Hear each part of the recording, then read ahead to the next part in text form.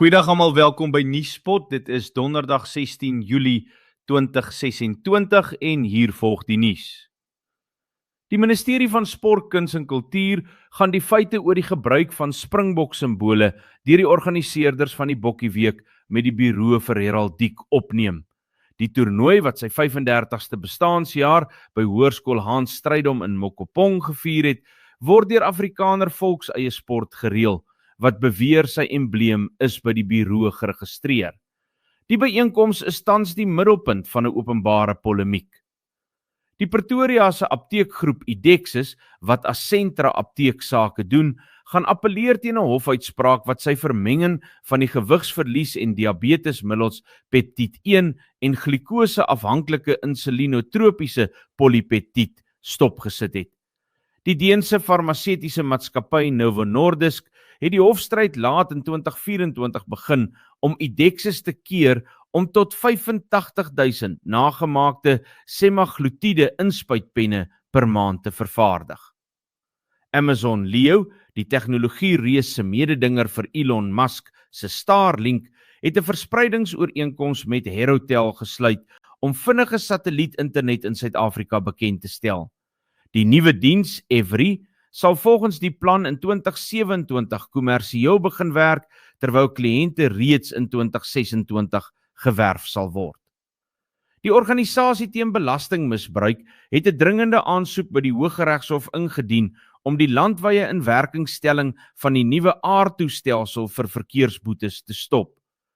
Outa se uitvoerende direkteur vir aanspreeklikheid, Stephanie Fik, het gesê die aansoek gaan nie oor die grondwetlikheid van aardtoe nie, maar oor of die regering die gewysigde stelsel wettig geïmplementeer het sonder dat die vereiste appeltribunaal in plek is.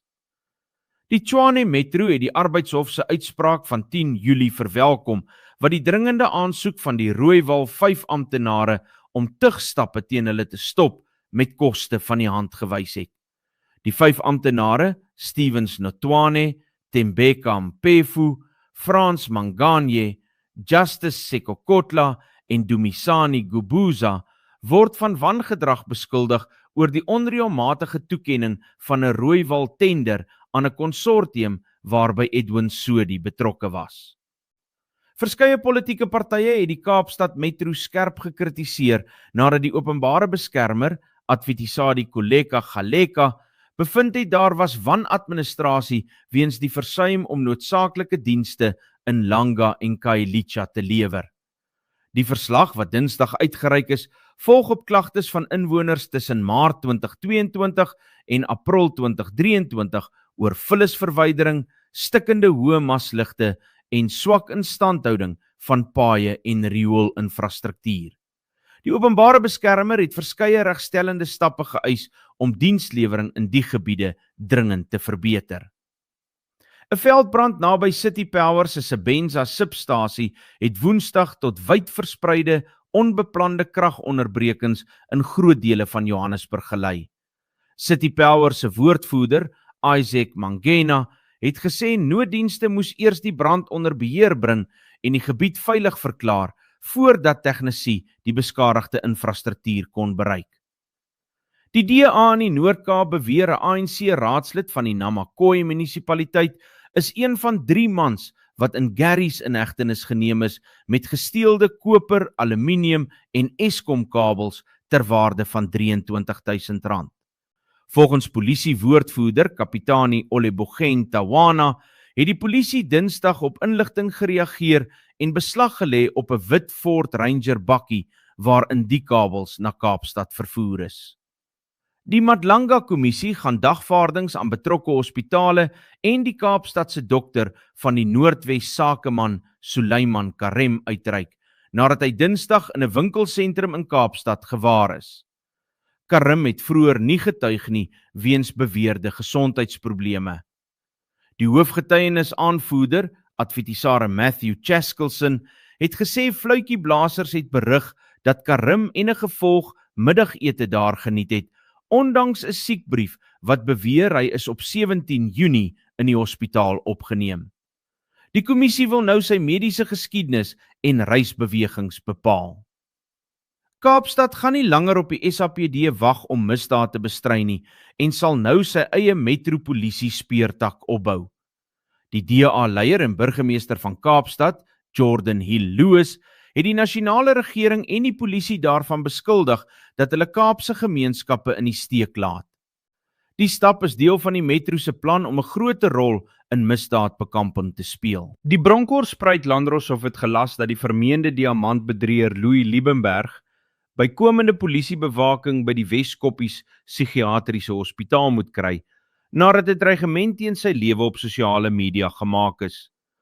Liebenberg is deur lede van die Noord-Kaapse Valke na die hospitaal geneem, waar hy 30 dae lank onder psigiatriese waarneming moet wees, voordat sy borgtoegaansoek kan voortgaan. Die hof het reeds in Augustus verlede jaar twyfel uitgespreek oor of hy die erns van die hofverrigtinge begryp. In die Kaapstadse Hooggeregshof het advodeese Wim Trengove vir president Cyril Ramaphosa aangevoer dat die artikel 89 aanklagkomitee se werk oor die Palapala saak vernederend vir die president is en opgeskort moet word. Ramaphosa wil hê sy aansoek om die onafhanklike paneel se verslag tersyde te laat stel, moet eers in September aangehoor word. Die Mohokare munisipaliteit in die Vrystaat, wat Sastron, Roeville en Smithfield insluit, skuld Eskom R135 miljoen en kan sy kragtoevoer verloor. Die VF+ raadslid Johannes Swart het gesê, die munisipaliteit se finansies is uiters kommerwekkend en dat die nasionale tesourie tans die billike deeloordragte van 16 munisipaliteite in die provinsie, insluitend Mohokare en die Mangaung Metro, terughou weens wanbestuur. Motoriste in Johannesburg en Ekurhuleni het tans geen spoedkameras op die paaie nie, nadat kontrakte met die diensverskaffer Syntel in onderskeidelik Desember 2025 en Oktober 2024 verval het. Die Johannesburgse Metropolisie Departement se woordvoerder, Tolani Fila, het gesê verkrygingsprosesse is aan die gang om 'n nuwe verskaffer aan te stel en dat beamptes intussen fisiese padblokkades verskerp het. Die verlies aan spoedboetes kos die metro na raming R50 miljoen per jaar. Internasionale nuus. Die Verenigde State het 'n seeblokade teen Iran heringestel en lugaanvalle uitgevoer nadat Teheran skepe in die straat van Hormuz aangeval het. Volgens Hussein Kermanpour, woordvoerder van Iran se ministerie van Gesondheid, het die Amerikaanse aanvalle 'n kaserne getref, minstens 7 troepe gedood en honderde mense beseer. President Donald Trump het by 'n verdedigingsberaad in Pennsylvania gesê, Iran is gereed om 'n vredesooreenkoms te sluit. Die internasionale prys van Brent olie het intussen tot bo $85 per vat gestyg, weens die konflik in die strategiese waterweg. Die grensheining tussen Spanje en die Britse gebied Gibraltar is amptelik verwyder, wat beteken dat duisende daaglikse pendelaars nie meer 'n fisiese grens hoef oor te steek nie. Gibraltar se hoofminister, Fabien Picardo, het die nuwe vryheid van beweging verwelkom, terwyl die Europese Unie die ooreenkoms na 4 jaar se onderhandelinge geloof het. Die verandering bring Gibraltar in effek binne die Schengen vryreissone, hoewel die gebied nou gevorderde gesigsherkenningskameras by toegangspunte opgerig het. Die Baltiese state en Pole waarsku dat Rusland moontlik beperkte militêre of hibriede aanvalle op kritieke energie- en vervoerinfrastruktuur beplan.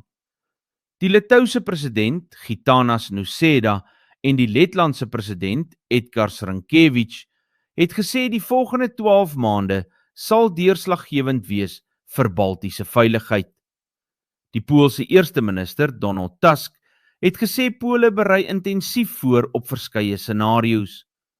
Die Kremlinse woordvoerder, Dmitri Peskov, het die waarskuwings as bangmaakstories afgemaak, wat volgens hom verdere militarisering deur die Noord-Atlantiese Verdragsorganisasie moet regverdig.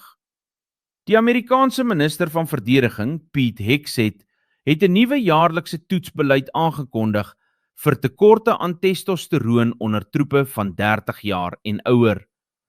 Volgens hom moet dit help om te verseker dat hulle op hul beste funksioneer. Die besluit is deur die demokratiese senator, Tammy Duckworth, en verteenwoordiger Chrissy Houlihan gekritiseer, wat gevra het dat hormoontoetse ook vir vroue beskikbaar moet wees om vrugbaarheidsprobleme vroeg op te spoor.